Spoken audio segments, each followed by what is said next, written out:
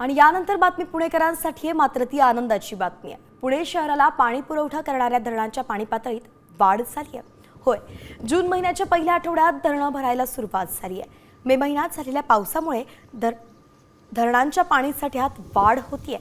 4 धरणं मिळून आतापर्यंत 18.70% इतका पाणीसाठा आहे, तर गेल्या वर्षी अगदी आजच्याच तारखेला हा पाणीसाठा होता 14.57%। गेल्या वर्षीपेक्षा 4% वाढ झाल्याचं आपल्याला पाहायला मिळत आहे।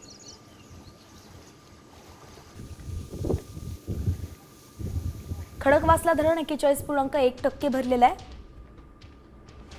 तर पानशेत धरणात 15.67% पाणीसाठा आहे। टेमघरमध्ये 4.80% पाण्याची वाढ झाली आहे। वरसगावमध्ये 21.80% पाणी वाढलंय।